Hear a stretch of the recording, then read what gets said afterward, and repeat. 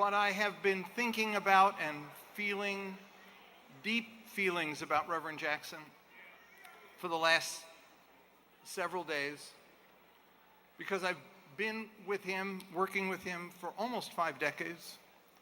Actually started with his campaign in 1983 when he came up to me at a dinner, hands on my shoulders behind me, and he said, "I need you to come work with me. I'm going to run for president."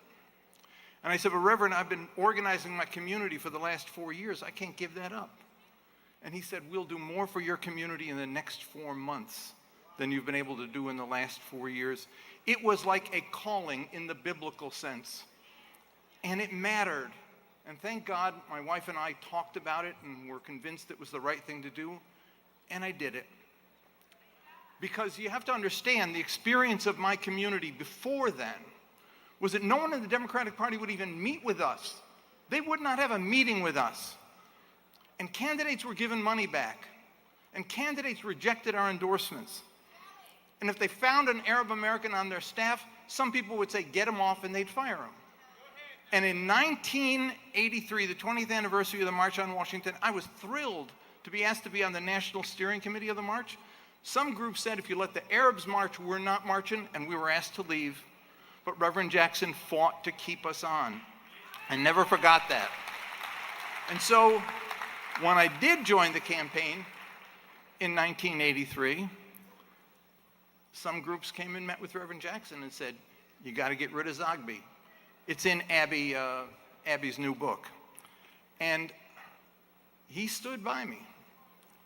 I was quite disturbed, and I said, "I don't want to be the target. I'm going to quit. Reverend, I just don't think you need the aggravation. I certainly don't need it in my life." I'll never forget what he said.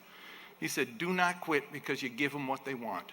What they're most afraid of is that you stick around and fight." And so I did. And I'm so proud that I did, because to see him go around the country and meet with Arab Americans who had been the despised and the rejected, and the excitement on their face that somebody came and talked to him, that somebody was saying Arab American, that somebody was talking about Palestinians, that somebody was talking about the suffering of the Lebanese, that somebody cared to come to them, was so important. It energized, he energized an entire community. When he said our time has come, it was our time too. And he meant it for us.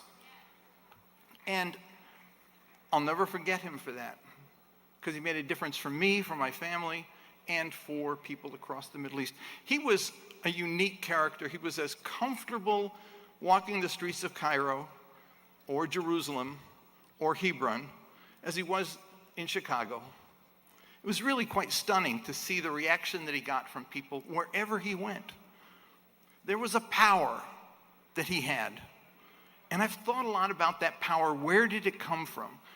Yes, Jackie, it came from you. And I know that because I saw what you did to buck him up sometimes when he needed it. But the power came from someplace else.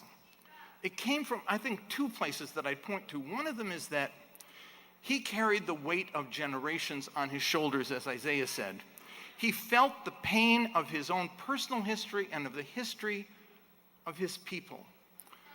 And when he walked down the street, when he spoke, people knew that that power was there. That there was something in the tonal quality of his voice that said, "This is important. What he's saying speaks to me."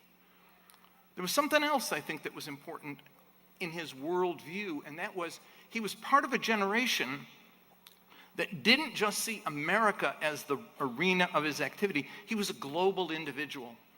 When he went to Africa, when he went to the Arab world, when he went to Asia or the Americas, he felt part of that world. He was part of almost the national liberation consciousness that existed. He did not go into the nationalist direction, but he fused together being American with being a person in the world. And so watching him meet with Saudis or Kuwaitis or meet with Palestinians in occupied Hebron, or in Jerusalem, we went in 2000 1994, President Clinton, after the Oslo Accords, he went to Jerusalem because Palestinians had invited him to a peace conference. He wanted to encourage them to keep peace. The Israelis surrounded the hotel with troops, and Rabin said, you cannot leave the hotel, and you cannot go to Orient House, you cannot do a political meeting with Palestinians in the city. You know what Jesse did? He said, we're marching through the troops. And he walked right through the lines. I was scared stiff. I mean, I said, oh my God, this is crazy. I know you do it in the South and get away with it. You don't do this in Jerusalem. But you know what happened? The young Israeli soldiers, they wanted their pictures taken with them. They wanted to touch him. They wanted to be near him. And the Israeli commanders were, get away from them. They couldn't stop their soldiers from wanting to be next to the power of Jesse Jackson. And the Palestinian reaction was amazing. I have to tell you one thing, just final thing here. He freed Robert Goodman. But guess what?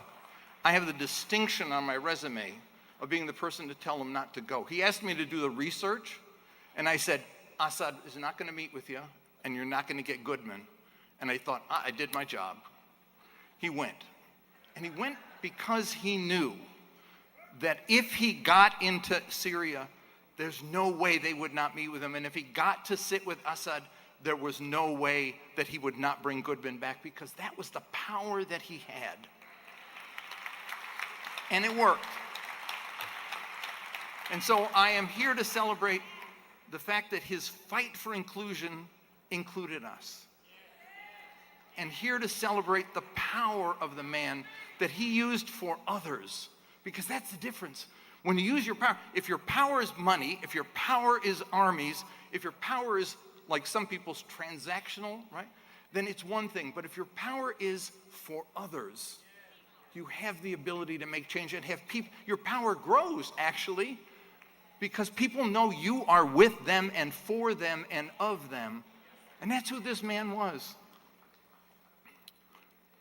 I thank you. Thank you, Jackie. Thank you, all you guys, for all you've done.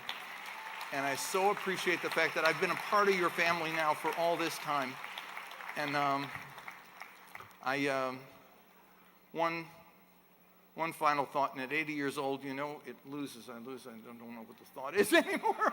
So I'm going out on a whimper here, because I can't remember what I was going to say, but I think it was important, but I'll remember it after I leave the stage. Listen, thank you all very much.